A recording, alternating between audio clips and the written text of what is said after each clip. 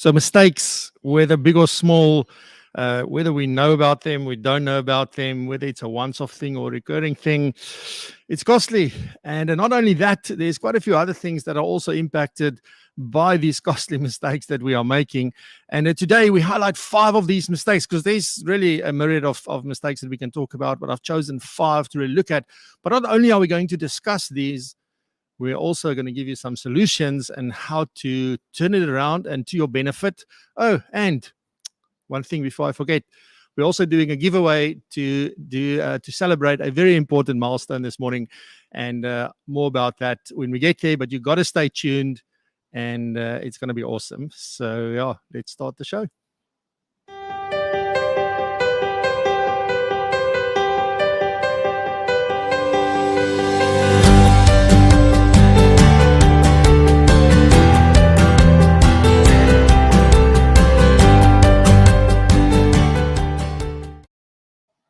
So good morning from a amazing Hermanus. Hopefully you can start seeing things unfolding here behind me. I'm not too sure what's going to happen as the light starts streaming in here as the sun rises, but we'll see if I need to make a change to the camera.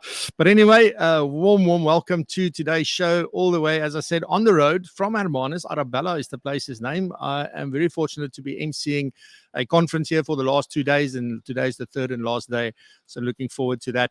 And but yeah, what is today about? Well, today is about some costly mistakes, and trust me, I've made some of those. I do still make them, and I don't think I'll ever stop making them. However, when we become aware of these, we can really do something about it and turn them around. So at least we try and minimize these mistakes, because as I said, they are really costly. I'm just going to focus on 5 of them. I'm going to give you some solutions and all of it. And as I mentioned before we started, that we're also doing a giveaway for the first time, and it's a funky way that we're going to do this giveaway. And so do stay tuned. I'll tell you a bit more when we get to the announcements, and then we'll do the draw during the show at some point. And you have to be here. If your name is chosen, then you must be able to go in the comments and say, yay, thank you very much. It's amazing, awesome. And that, and by the way, there's nobody that's excluded from this giveaway. It doesn't matter who you are. It's just myself. I won't be participating, obviously, but anyone else can, and I'll explain a little bit more about that as we go along. But let me say a good morning very quickly to the people in the chat so early on. Mr. Ben Kleinhans, good morning, goeiemorgen. Watch that smile on the screen, fantastic. And we've got Barry van Niekerk, so Pretoria, julle is vroeg aan die gang. Mark Weston Ford, good morning, KZN, also up and about. And nice to see you all here. Gary Nell, very nice to see another Pretoria boy, and with power, fantastic. Albert Fritz, good morning, goeiemorgen. Dr. Rufaro Mucheka, good morning, Rufaro. Hope that you are doing well. More Rezan, lekker om jou te sien. Today you can relax, no segment to present. We've got Igno today, so really excited for that. And Kobus Klein, good morning. Another sort of, he's also sort of from Pretoria. Midrand does fall under that area, although Kobus might be somewhere else in the country today still.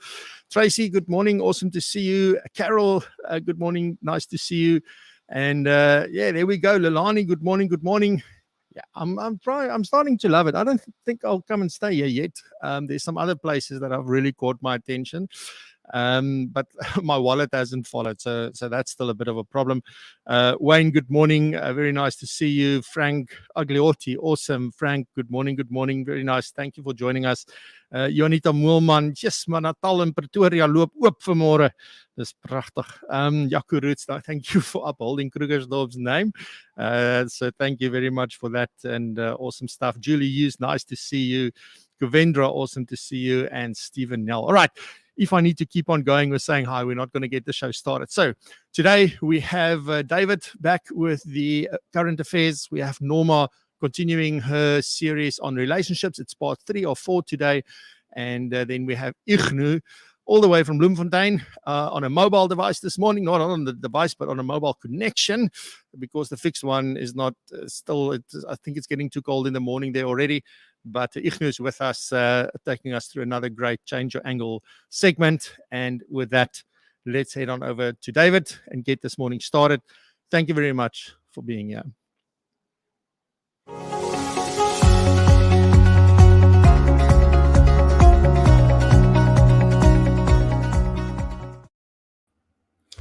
Good morning, everyone. And in today's current affairs, interest rate hikes, Money Smart Week South Africa, the 4th annual investment conference, and New Zealand for sale. So the Reserve Bank yesterday took a decision to raise the interest rates by 25 basis points to 4.2% of the repo rate, bringing the prime lending rate to 7.75%. 3 members of the committee voted for the 25-point basis hike, while 2 members voted for a 50-point basis hike. So it could have been worse. The interest rate increase is as a result of raising inflation rates, mainly due to the cost of fuel, which is expected to increase about 2 rand a litre, as well as the cost of commodity prices, including wheat and cooking oil, as a result of the conflict in the Ukraine. The Reserve Bank expects inflation for the year to be 5.8% compared to the previous expectation of 4.9%. I know Minister Igno van Niekerk was in Parliament yesterday, and he was talking about the fact that they are looking at ways to bring relief to South African motorists on the fuel price. So let's hope those talks between the Department of Mineral and Energy Affairs and Treasury bring some release for South African consumers. Obviously, raising interest rates for those who have debt, not good news, but for those who are earning interest income, it is good news for the raising interest rates. Then the date is set for Money Smart Week South Africa. So Money Smart Week South Africa will be running from the 29th to the 4th of September 2022. The National Consumer Financial Education Committee is an entity comprising of a variety of stakeholders in the financial education sector. The NCFEC was established to secure active involvement, collaboration, and coordination of various stakeholders in consumer financial education. In part fulfillment of its mandate, the NCFEC established Money Smart Week South Africa, a financial literacy campaign aimed at motivating and empowering South Africans to become more educated about their finances. This year, NCFEC will hold its 3rd Money Smart Week, which, as I stated, will be from the 29th of August to the 4th of September. So if you're passionate about financial education and want to get involved, head over to www.mswsa.co.za to learn more. Then the 4th annual investment conference is underway, and the provinces of KwaZulu-Natal, Northern Cape, and Gauteng secured the largest investment pledges from big business at the 4th investment conference, securing about 22 billion, 16 billion, and 14.8 billion respectively. The Northern Cape province secured the biggest investment pledge by a single investor this year from Norwegian renewable energy company Scatec. Scatec will invest in solar PV and energy storing projects forming part of the Risk Mitigation Independent Power Review program. So let's hope that's some good news for energy production in South Africa. The investment drive, which Ramaphosa founded in 2018, soon after assuming his role as president of the country, has so far managed to secure 1.14 trillion in investment pledges, reaching 95% of the 1.2 trillion target that is set to be released by 2023.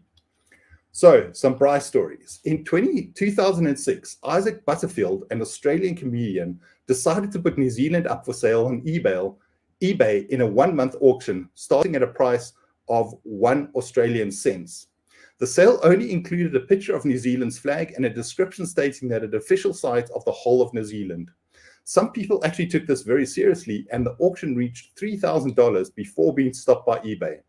The government of New Zealand acknowledged this and publicly stated that the country was not for sale. Many of the data about the auction does not exist anymore, as eBay deleted everything about the event in order not to bring bad publicity. So there we have it. Some Australian tried, but in New Zealand, not for sale. Thank you very much, and back to you in the studio, Francois.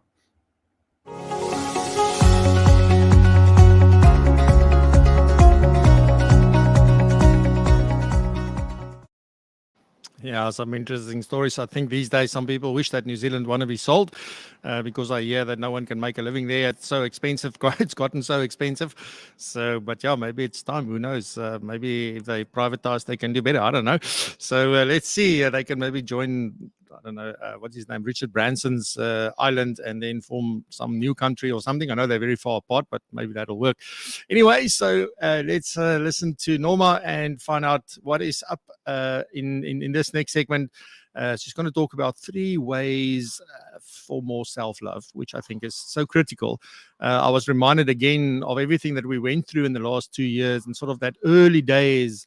There's some episodes I'm going to share today on the show as well, which is really going to highlight some of the things that I've forgotten that we've spoken about, and how things were right in the beginning, and how important this was to get something together where people can belong. So really looking forward to hear more about self-love, and let's go to Norma.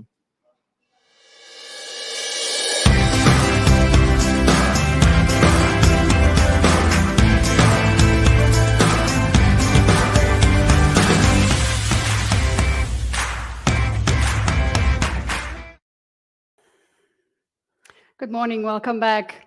So today is part 3 of our series in relationships. So I think this is quite an important concept, self-love, and it's not just that thing that we give ourselves like every now and then or once a year when we go on holiday. We need to do this like on a daily basis just to keep us in a place where we can show up as the person we want to be in our lives. So I've just identified 3 ways that we can really love ourselves more. And let's start with the first one. So people-pleasing is normally one that I find people struggle with a lot.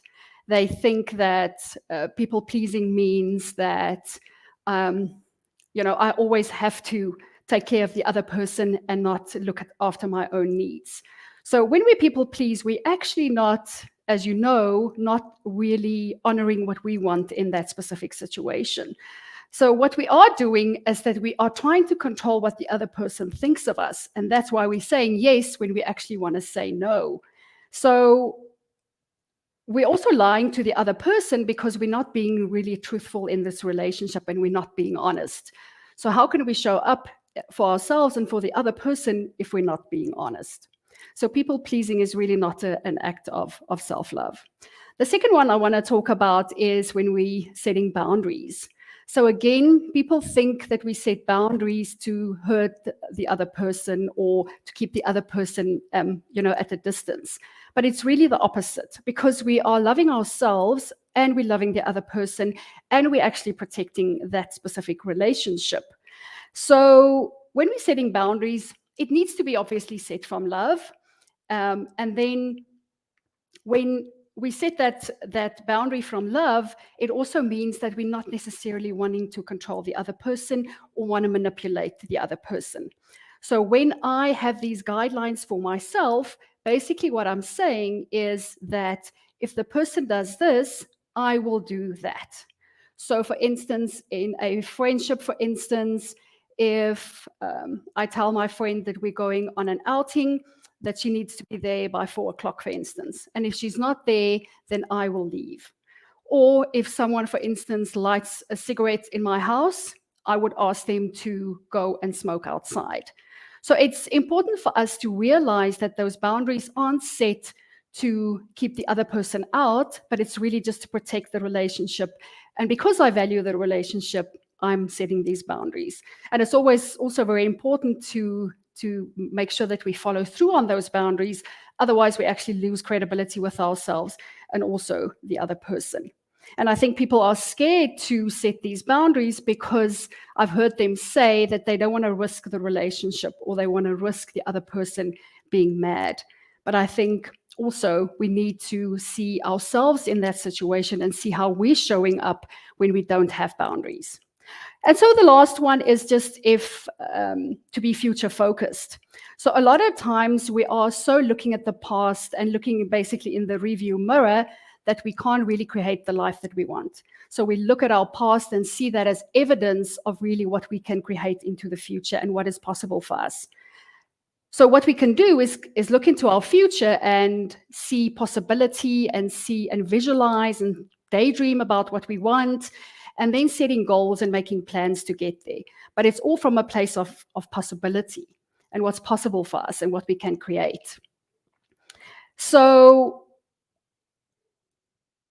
I want to also mention, which is quite important, is that we shouldn't use our future against ourselves. And that is actually something I've done in the past, that I'm so fixed on this goal and this person that I think I'm going to be in 5 or 10 years' time, that I forget to appreciate where I am right now and the learning I'm going through and the amazing things that is happening to me right now.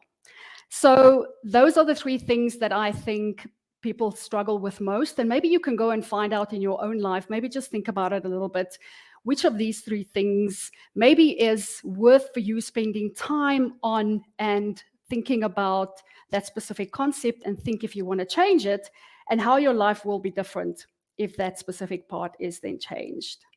So that's it from me. Thank you for being here, and I'll speak to you again next week.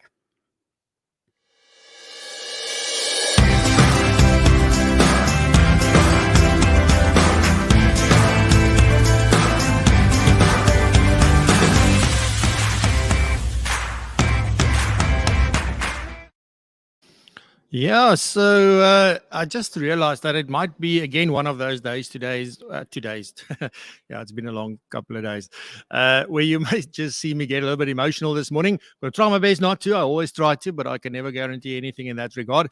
But more about that later. We are going to run with Igno's segment now. So let's hear a little bit from Igno on how we can change our angle and in that vein, change our lives. So Igno, over to you in bloom.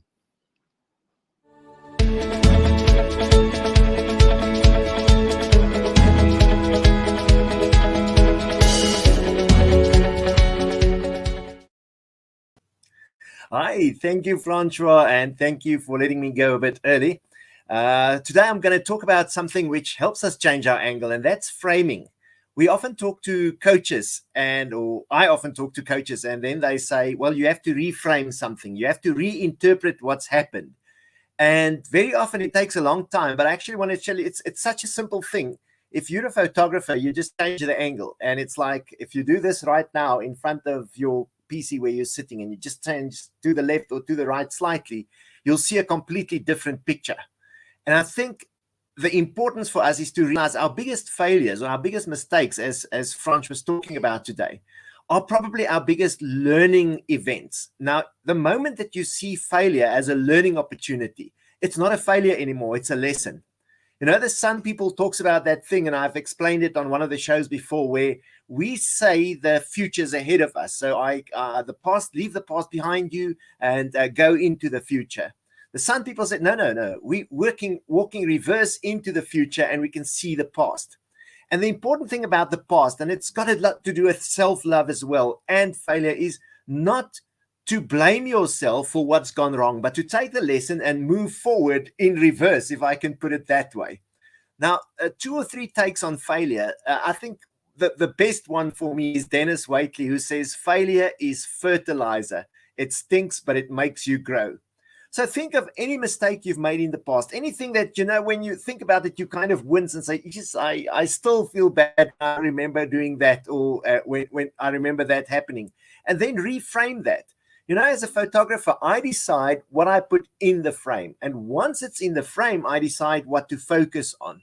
So very often it's just a question of this or that, and there's a completely different picture. So if on this morning you're sitting there and there's something that withholds you from doing something because of a failure in the past, because of the way you're feeling about it, I would like for you to just realize there's an entire landscape outside the frame. Many people remember except for you. So for me, I think it's failure is fertilizer. It stinks, but it makes you grow. And then Zig Ziglar, the old motivational speaker, who used to say, fail.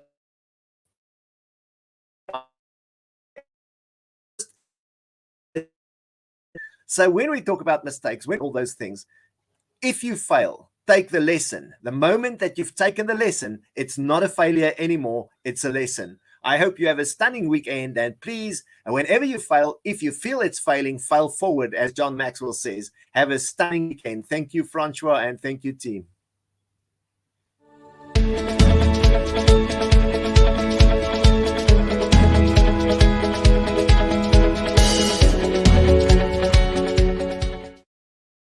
Geez, there's no way I cannot smile when I look at Igno, when I listen to Igno. And yeah, just another level of energy. Thank you so much, Igno. Amazing. I really like that fertilizer analogy. I think it's so apt. And yes, like we like to refer to things like mistakes, but they are our greatest opportunities, right? And so definitely. All right. So with that, let's get into some announcements. And the first one, see there I start going already, but I'm not going to go there like, sterk vanoggend. Alrighty, but we finally made it. We finally made it. So thank you very much. I really just want to give a shout out to say thank you so much to each and every single person that has subscribed. And, coincidentally, deep awesome. Coincidentally, we've been going for 2 years today. So, yeah, definitely. Thank you. Massive thank you. All right, let's get going. It's Friday. Let's do it. Right. So that was the first thing, right? But it was 2 years of hard work, 2 years of just sticking to it, consistency, perseverance. I don't know why I didn't stop. I think there was a stage where maybe it went through my head. And I was just like, no way. And we're on 167 episodes today. I think it's been a massive long journey, one that I love. Anyway, okay, there we go. Like I literally have got more crying videos than viral videos. Guys, you got to help out with a viral pod. Please don't cry with me. Help out with, with the viral pod. All right, so to celebrate, I'm going to give away a 3-month complimentary membership to PROpulsion Pro today. And to participate is very easy. In the comments, wherever you're watching from, whether it's LinkedIn, YouTube, or on Facebook, all you need to do in the comments, all you need to put is hashtag. So a hashtag, where is this thing now? I think I lost it somewhere. There we go. Hashtag 1000. That's all that you need to do. But wait, don't do it yet. I'll tell you. All right. So now you can start doing it. You can put it in. The system will pick it up and will enter you into the draw. And if you put it in 10 times, you still only go in once. So no way of gaming the system. Everybody has a fair chance. But to participate, you have to put 1000 hashtag. Very important, the hashtag 1000 on the in the comments, and we will enter you. And then somewhere during the show today, I'm going to do the draw live. It's a spectacular way in which that happens. And if you win and you're already a PROpulsion Pro member, I will take you for breakfast, but you can also then gift that membership, that 3-month membership, to someone else. It's up to you who you want to give that to. But yeah, that's sort of that for all the emotional stuff. So please put in hashtag 1000 if you want to participate. Then the next one, I just want to remind you of the PROpulsion Pro introductory session that we're doing on Tuesday. That's happening at 1 o'clock on Tuesday. So it's a live session, 45 minutes. I'm going to take you through what PROpulsion Pro is, the benefits, why we're doing it, sort of the milestones that we hit over the years, and how did it get to PROpulsion Pro being available, where we're going with PROpulsion Pro as well. So if you're interested to learn more, please, you can go and register at propulsion.co.za/intro. It's a live only session. So we're not going to record it or make it available. If you miss it on the day, you miss it. But that's one of those things. Alrighty, so that's that. Then very quick reminder of the tickets for the Global Financial Planning Conference. I must say, since last week, the ticket sales have really started ramping up. We've got some phenomenal sponsors on board already. There's 3 others that we're waiting for confirmation. So really excited and very thankful for people that are getting involved. They don't have to. We're very low key. These are brand new speakers that's going to speak, but they are so well prepared, so well trained. They went through a rigorous process to get them here, and they're all going to do a 10-minute TED style talk, and really an amazing. Last year, the value was through the roof, and it's not what we call the usual suspects. So you won't see me speaking. You're not going to see any other very well-known people that you usually see on stage speak there. It's going to be your peers. It's going to be other financial planners. It's going to be people from across the world, not only South Africa. We've got about 30 people from South Africa, but we also got some 30 people or so from other places in the world. And it's really going to be a phenomenal session and things that can open your mind. It's just an enjoyable experience. So for 290 Rand, you can join us. And then also there's the third CPD day or day of CPD, where you can earn 18 verifiable CPD. 7 of those will be presented live on the day, and you will also have access to the other 11 via our system, so you can go and watch them at any time. If you do them before the end of May, they will fall into this CPD cycle. If you do them afterwards, it'll be in the next CPD cycle. So, but all the information are on the website. So if you go to the link propulsion.co.za/GFPC22, it'll take you straight to that page, and then you can go and register and purchase your ticket. So yeah, we look forward to seeing you there. If you're a Profile Me, sorry, Rezan. If you're a Profile Me client, you pay 185. So there's a significant discount if you are a Profile Me member. So if you're looking to cash in on that discount, just get in touch with Rezan or the Profile Me team, and they will give you the special code that you can then enter for that. Right, then the last thing that I just want to mention quickly, it's not available yet. It's going to be available early in April. So I'm busy putting together a guide for leveling up your virtual meetings. So this is all about the gear and the tech and the software and everything that's got to do with your client's experience when they meet with you virtually. So it's going to be a very dynamic, very practical guide. It's going to be in a table form, and it's got different levels going from the most cheapest setup to the most expensive setup. And there's some interesting things. I don't want to let the cat out of the bags, but I think what I'm busy with is really, really awesome. And that's going to be available as a free download for all the PROpulsion Pro members as soon as it's done. And then I'm still sort of deciding how are we going to then go about, or do we just delay the release to other people, or do we actually charge for that? I'm not sure. But yeah, those are some things, when you do new things, you don't know yet what you want to do. On the one hand, I just want to get it into the world. On the other hand, I want to reward PROpulsion Pro members for being a part of the community. So we will see, but it's an amazing tool that's coming your way very, very shortly. All right. So before I get into the show, just again, #1000, put that in the comments wherever you are. We'll pick it up and we will be able to go. I see we've got 18 entries thus far. So please do that. You stand a chance to win 3 months of a PROpulsion Pro membership full. You've got access to everything, the conference, everything else that's on there, all the community stuff, all the challenges that's now going to start taking place in April, all of it. So put in #1000 if you missed that, if you just joined. All right. So with that, let's get into today's show.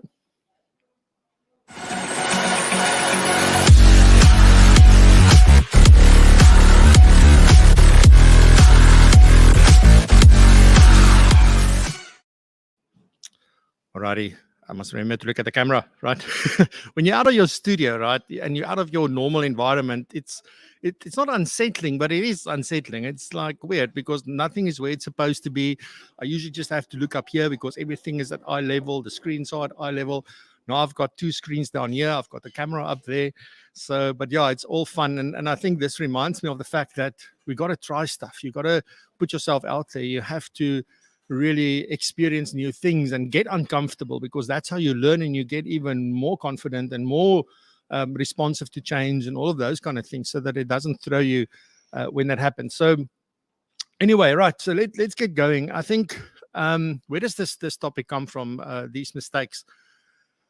I've been looking at my business quite a bit this year, since December last year already, and I'm identifying little things that we've started doing that makes a massive difference, but that I never gave attention to. So now, talking to a lot of people in the last 2 weeks specifically, and specifically this week that I was on leave, there are things that tend to come up in conversations over and over and over again. And that made me thought, let me go and sit and think about what are some of the most common mistakes I guess I see, but that's very costly actually. And from different aspects, it's not always money. When we talk about, oh, this is a costly mistake, it's not always because it is about money. It's sometimes about time. It's about other stuff. So let's get a little bit into this. And the first mistake, and this is in no particular order. It's not like the most expensive mistake or anything. These are just 5 mistakes, and let's talk about them. And maybe if there's just one of these that you can pick up on and you can change that, it may very well change the trajectory for the better in your business or your practice. So the very first mistake that I want to talk about is confusing expenses with investments. And this is a common thing that I see. I'm very guilty. I was very, very guilty of this. And in some instances, I still am. Some good friends that are very, very, very, very guilty of this one as well. What happens? Like, just think about this when we start any kind of business. The thing is, we're so focused on the money because we don't have money. We often bootstrap these. It's not like you get an investor and you can just go out and build stuff and, start just burn through cash and do things like that because you have somebody that's sort of backing you. For most of us, you go out, you start a business literally from scratch with a few bucks in the bank, and you have to manage that very, very closely.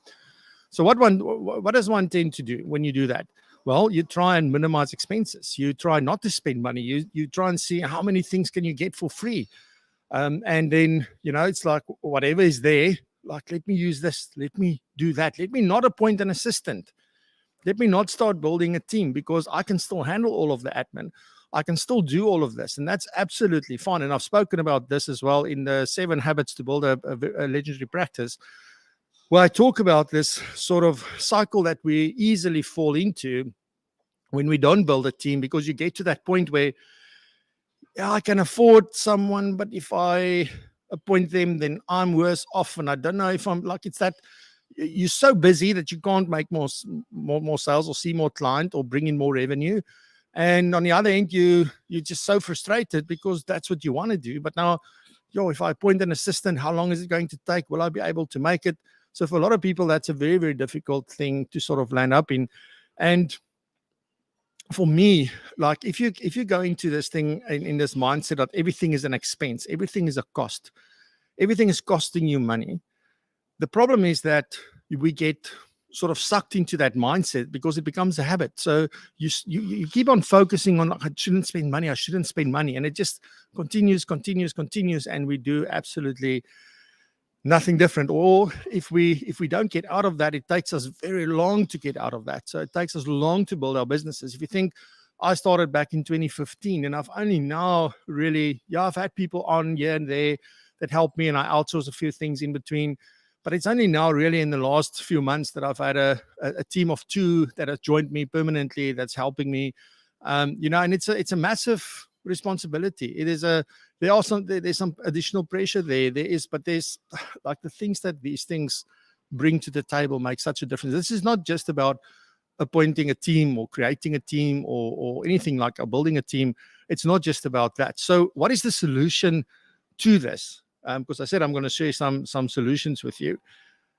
For me, there's a couple of steps here. The first one is you have to define what expenses mean for you. So what is an expense? For me, an expense is something that you have to pay, but it doesn't create any efficiency. It doesn't free up time. It doesn't create or generate revenue, nothing like that.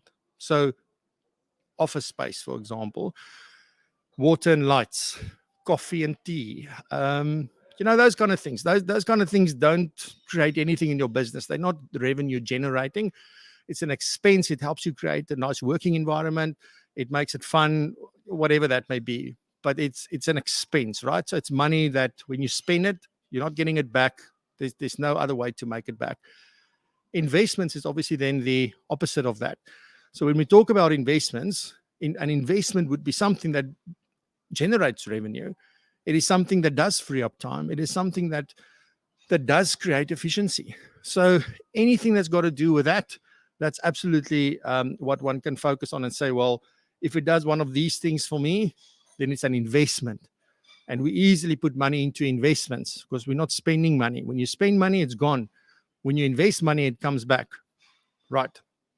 So the solution is be open to investing, be averse to spending. So very simple. So that's number one. So confusing expenses with investments, don't make that mistake. And the next one will probably maybe link to this in some way or form, or there's some synergy between the two. So let's have a look what mistake number 2 is. It's rushing to solutions, not conclusions. So rushing to solutions. So what we want to do is there's a problem, there's a pain. and we just want to get into it and let's just put something in place. Oh, we don't know what's going on in our commission. Excel, because we don't want to spend money. We already have Excel. Let's build an Excel. Let's try and make this stuff work. And it does for a little bit until you realize that it's not working, for example. So I think another big thing with rushing to solutions is we often borrow our ears to other people, right? So your colleagues, other peers, people you know in the industry. Chris, what are you using? Susan, how did you solve this? And I think this is sort of a big problem, because sometimes we don't know where to start. We just know there's pain in the business, but we don't really understand this. So for me, there's a few issues that comes, or a few things that result in us really rushing to solutions, and we all do it. I do it as well. And it is this thing about I don't really have a clear and deep understanding of what the actual problem is. I don't know what's causing this pain 100%. The other thing is probably, let's just say that you do know what causes the pain. The other problem that we don't think about, and this is the big risk when you just rush into getting a solution to solve your short-term pain and your short-term problem, is that you don't really have, and I don't really have, a clear direction for the business or a clear vision of what the future looks like for the business. And that is massive. It's a massive, massive problem, because whatever you implement now, you don't want to be fixing that later, because this pain may go away now, but it might result in a much bigger pain later on. So very, very important. And it leads to spoeg en plak. So I was sitting last night, spoeg en plak. What is that? Spit and paste, I think. I don't know. But spit and paste in my Afrikaans English, I would say that that's what happens, because now we just take all these solutions and we just want to add them together and let's just hope, please let it work. So that's then just, I think, exacerbates this problem about, just rushing to a solution. The other thing that people tend to do, because that's what we've done for many, many years, is just to throw more people at the problem. Oh, we get so many commission statements, so let's have two ladies or two little Francois come and do our commission statements or things like that. I don't know why I'm using revenue, but it's because it can become such a big thing. And it's just important that we realize what we are doing when we just throw people at the problem and we don't go and get the understanding, get the context, know where we're going, and fully understand what is going on before we start looking for solutions. Just putting more people on the job doesn't necessarily mean that that's then efficient or effective, or even it's going to create more revenue for you.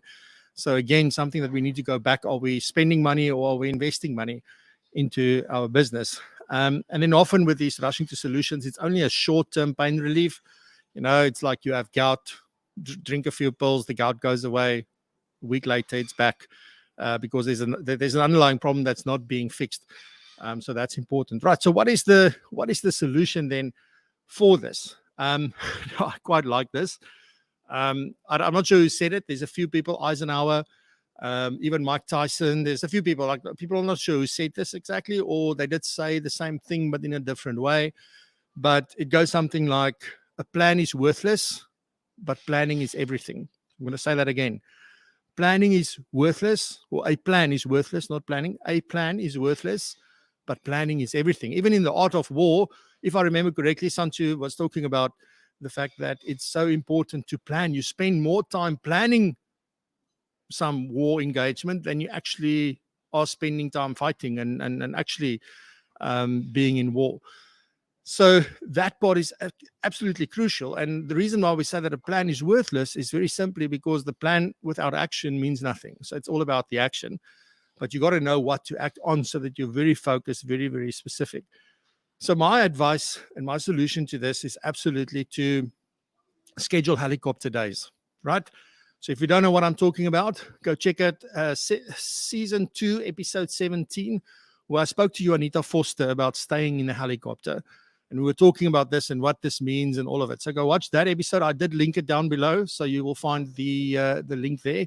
Staying in the Helicopter, Season 2, Episode 17 with you, Anita Foster. And you can see a bit more about what we're talking about when we say you've got to schedule the helicopter days.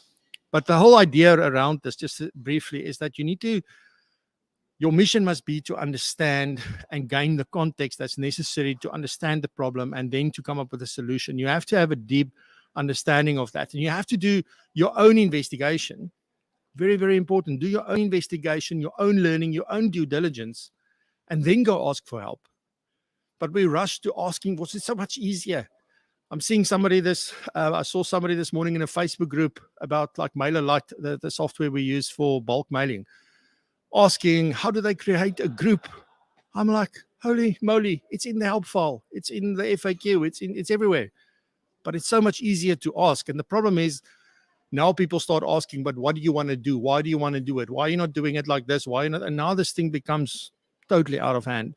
So first, learn yourself, investigate yourself, and do your own due diligence. And then if you feel like you need help, then ask for help, because then you can have a much better conversation and really engage in that from that point. Right, mistake number 3 is, and this is me, right? So guilty, so guilty. What is this? This is always chasing the latest technology, because it's amazing. The lights are brighter, the reds are more red, the blues are more blue. It is smaller, it's bigger, it's faster. It can do more things on its own, or whatever the reason is. But it's so easy to always be chasing the shiny object. I think of Harry Potter chasing that little ball with the wings when they play Quidditch. I think it's called Quidditch. It's been a while since I watched the movies, but yeah, that's sort of what it is. Like you're always trying to catch this. And this is a massive problem, because it leads to a few things, and primarily, in my belief, it leads to feelings of frustration. You get frustrated, you want to throw things out the window, and you almost feel like giving up on technology because nothing's working for you. Every time you want to do something, it takes time. It's stealing time. You need to learn the system, and then you learn the system, and then you realize, it's still not doing what I thought it was going to do, so I need to look for something else. And that sort of becomes the thing. You sort of get caught up in this belief that there must be something better out there, or the best thing is still coming. We're all still looking for this one system, right? It must come one day. So whenever something new comes out, let me have a look at it. Now, it's my job to do that, because I need to sort of relay this information through to you. But for you in your business, you should not be doing that. Absolutely not. I'll give you the solution for what you should be focusing on. The other problem with, if you keep on chasing new technology and you want to see what the latest and greatest and most beautiful systems are, is that you're forever learning, because you're forever learning a new system. You are forever trying to figure out how this thing works, but you spend so much time learning that you never adopt the thing. And it's all about adoption. And this is also important. I'm going to refer you to an episode way back in season 1 where we spoke about adoption of technology and sort of a process that one can go through. I'll refer you to that when we talk about the solution. But it's a vicious cycle. Like, yes, whoa, here's new tech. Look at how amazing this is. It's exactly what I've been looking for. Let me learn it. And then you learn it halfway, because we never learn anything in full. But then we go like, okay, no, this is not going to work for me. Let me, we're not going to adopt this. Or it's only me who adopted. The rest of the people never learned it in the business, so they're not adopting it. So now you give up because people are not using it. So it's that vicious cycle. And the newest thing and the newest thing. It also leads to many disjointed systems in your business, because these things tend to not talk to each other. And that's the problem. So you want these systems to talk to one another in some way, shape, or form. It also means that you want to minimize the number of systems that you use. You need the absolute minimum number of systems. You shouldn't have whatever, there's a book that I'll recommend in one of the shows coming up. It's an amazing book. And this lady shared all the tools that she uses, but it's a list like this. I'm like, no. Even if I look at those things, it seems to me like some of those things can do, like, I don't know why you have multiple systems. And it's probably a legacy thing. It's probably because they started using something, it didn't do everything they wanted to do. Then they brought something else on, but now they didn't want to change this because it was too much pain. And now you sit with all these systems that's sort of causing a headache. And it also leads to a lot of inefficiency. So what is the solution? Right. So let's do what this lady did. Her name is Jenny Blake. So what she did is she made a list. So go make a list of all the technology you use today in your business, every single thing, the hardware as well as the software. So, and then you go categorize those and you show what you use it for. What is the role or the function of that piece of technology in your business? Do that. If that's the only thing you do from today's show, I think you'll get loads of value and it will really be a positive experience for you. And then I want you to go and look at that list and say which of these, all of these, the 5, the 10, the 100, whatever you're using, which one, and this is going to be the difficult part, which one is the absolute most important one. And then you go and learn that thing inside out, but not just you, your team as well. All of you learn that one piece of technology. If it's a phone, you need to know everything about that phone. If it's an app, you need to know everything about that app.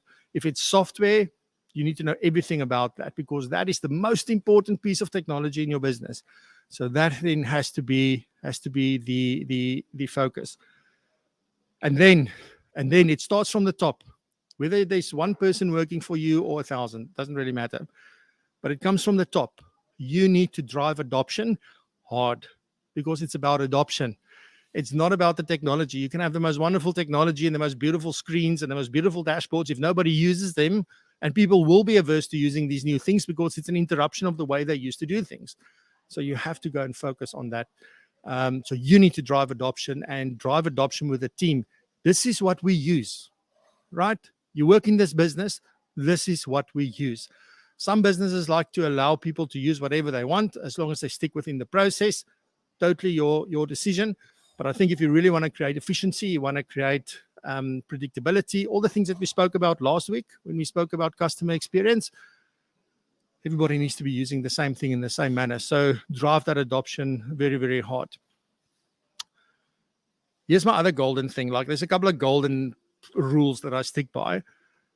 This is one when it comes to technology. First, learn what you have right now. Get to know it inside out. Know exactly what it can do for you. Talk to your service provider, your software provider. Ask them for guidance. Ask them for help. And some of them are great and some of them are not great, and that's fine. Don't let that put you off. This is your business. It's your responsibility. So drive that very hard. Make sure that you understand the software fully. And then once you use it optimally within its capabilities, and you then see this is not working for my business, then you start looking around for something else, not before. If you and your staff doesn't know or don't know everything about the systems that you're using, you have no reason to move, because there's no basis. There's nothing that you can prove. It's just, it's not user-friendly. Yeah, it's not user-friendly because we don't know the system. That's why. Anything that's got a bit of a thing. Even when we started using Word and Excel, if you go to a Word and Excel course, your mind will be blown of what those things can do. We only use like 2%, I think, of what it can do. And you may say, yeah, I don't need all that fancy stuff, but that's not true. It's absolutely not true, because they can change your business and they can change your life if you just know how to use it. So very important that you do that. Right. So then then go watch episode 13 of season 1. I watched a bit of it yesterday. It's actually amazing to go back to think that was the 13th episode of the very first season, when this was still called Virtual Coffee with Francois. But it was a phenomenal interview. I spoke to Barry van Zyl. At the time, he was the account management, or head of account management at Iris. We didn't talk about Iris specifically or Xplan or anything like that. It was the concept of adoption of technology and what we see people don't get right. So go and watch that episode. It's linked down below on the YouTube channel. You won't see it on Facebook or LinkedIn, but in YouTube down below, you'll see the links there. You can just click on it too. Not now, just wait till afterwards. But that's just an important one as well. Mistake number 4 is watching the competition too closely. And also, I can actually add on here that getting romantic with certain of our philosophies and our views as well. I did that for sure. And I know quite a few people who's done that as well. And you have to believe in your process and what you stand for. But the problem is that we often then fall into this thing about anybody else who's not following this process or this philosophy or this approach is now in the wrong. And we love, just look at LinkedIn. We love to point it out.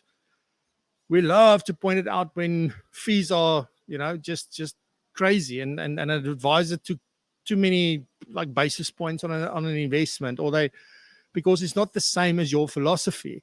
Instead of turning it around and looking at it but what do we do different? What makes us different? What do we believe in, and what's our philosophy? And just that's all you talk about.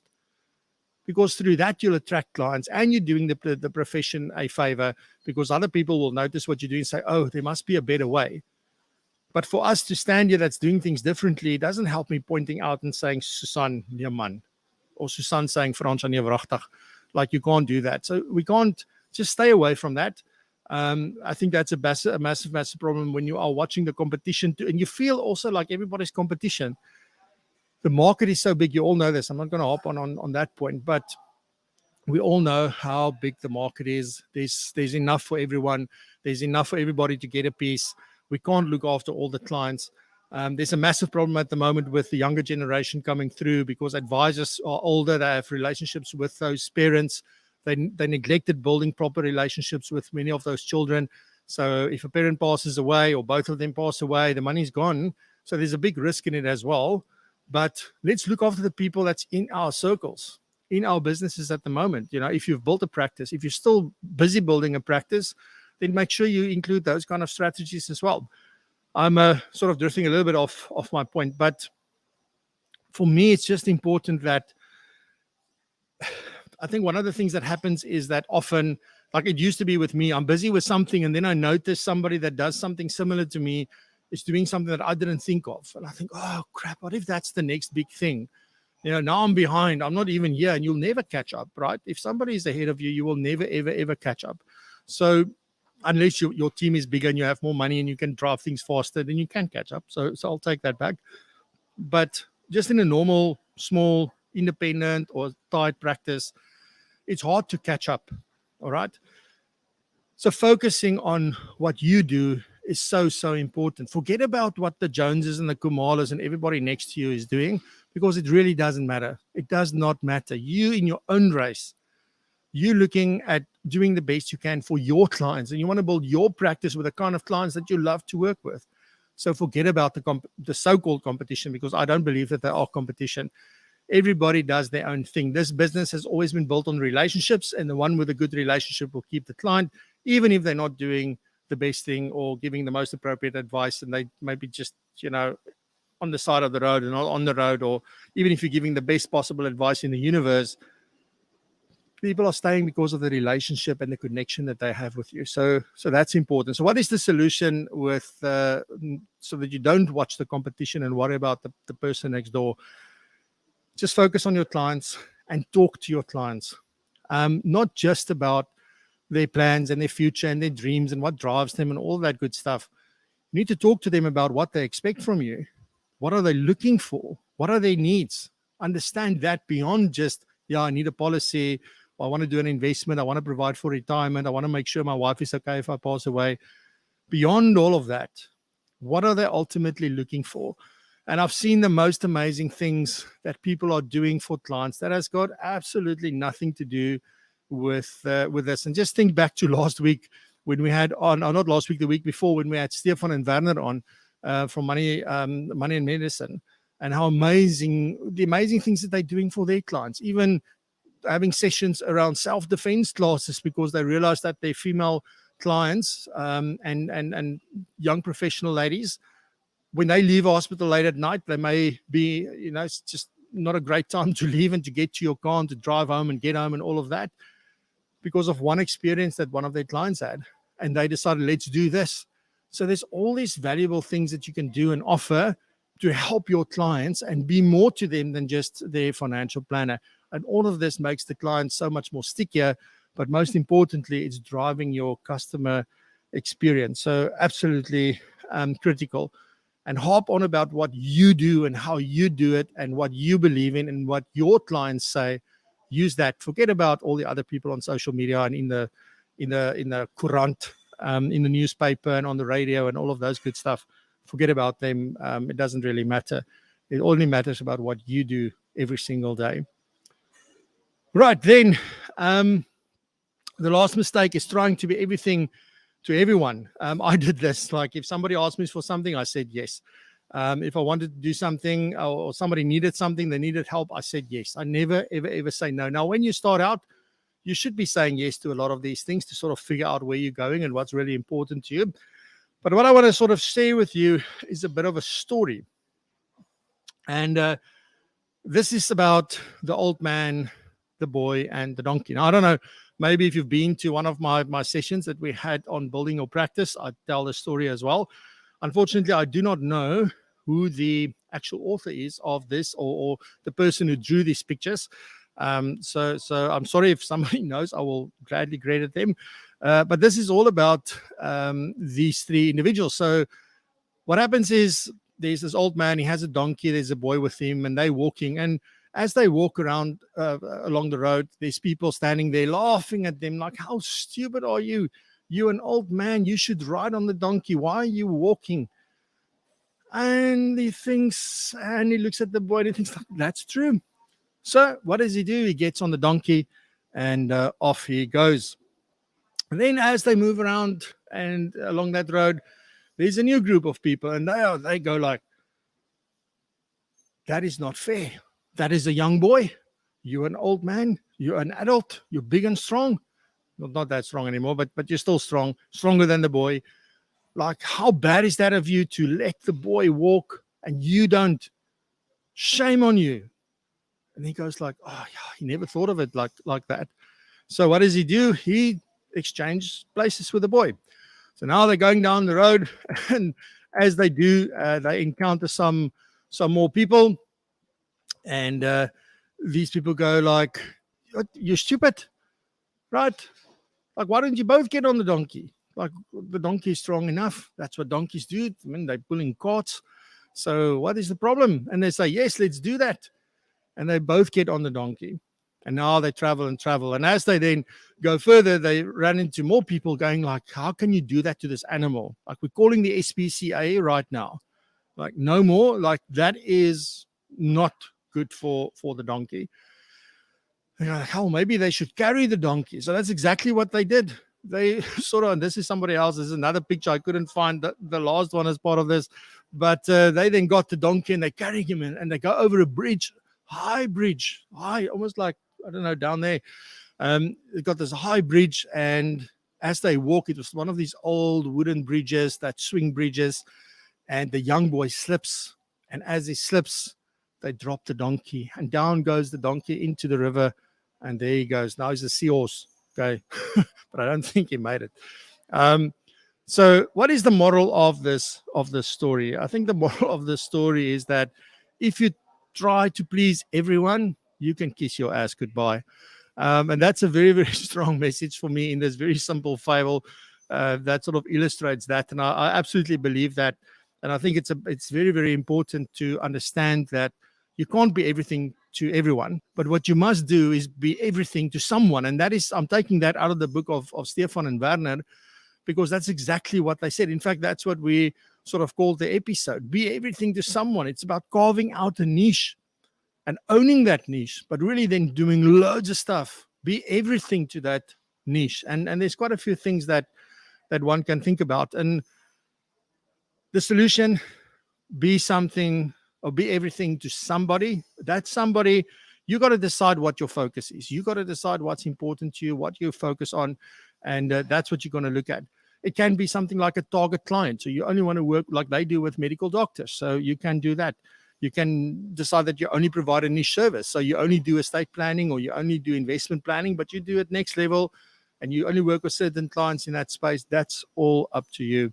Maybe you have a niche approach or a niche process. Maybe you use very special software that is not available anywhere else, or maybe you wrote your own bespoke software that only you can use. Whatever that is, you got to build a specific niche and a specific focus around something, and then do everything you possibly can for that.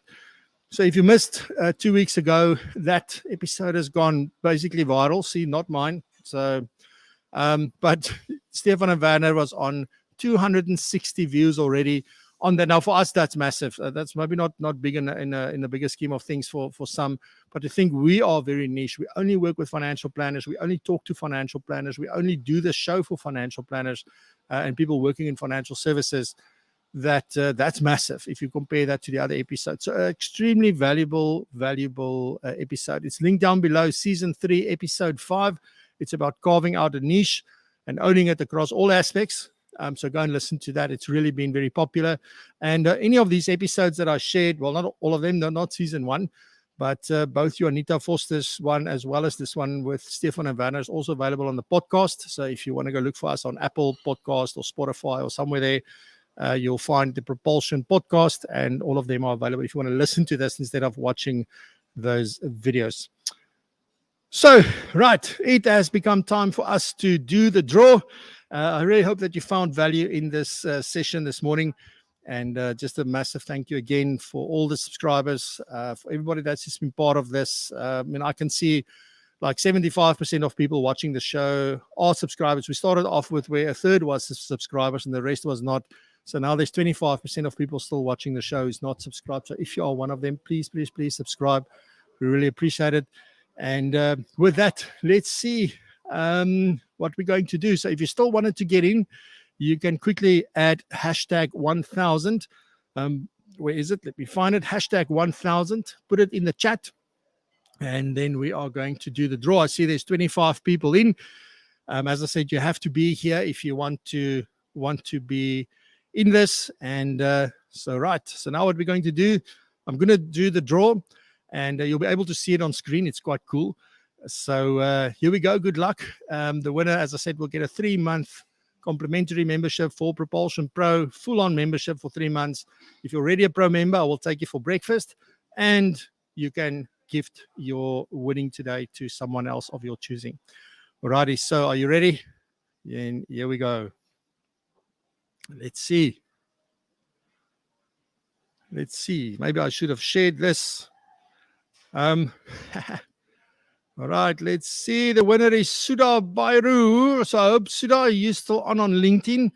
I maybe should have shared that, but let me just go maybe to that share screen. Let's see if I can do that.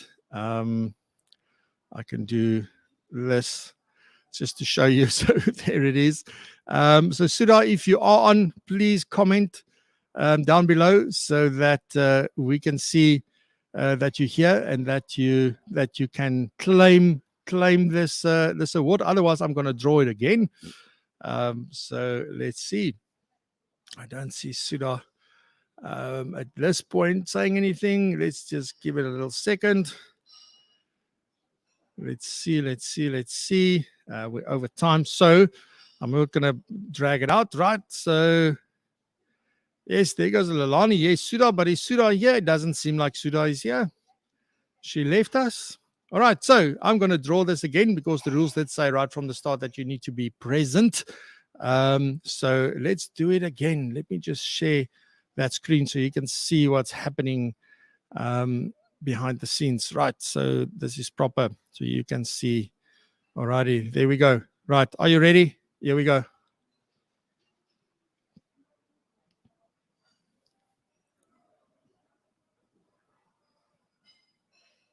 Kuvendra Naidu.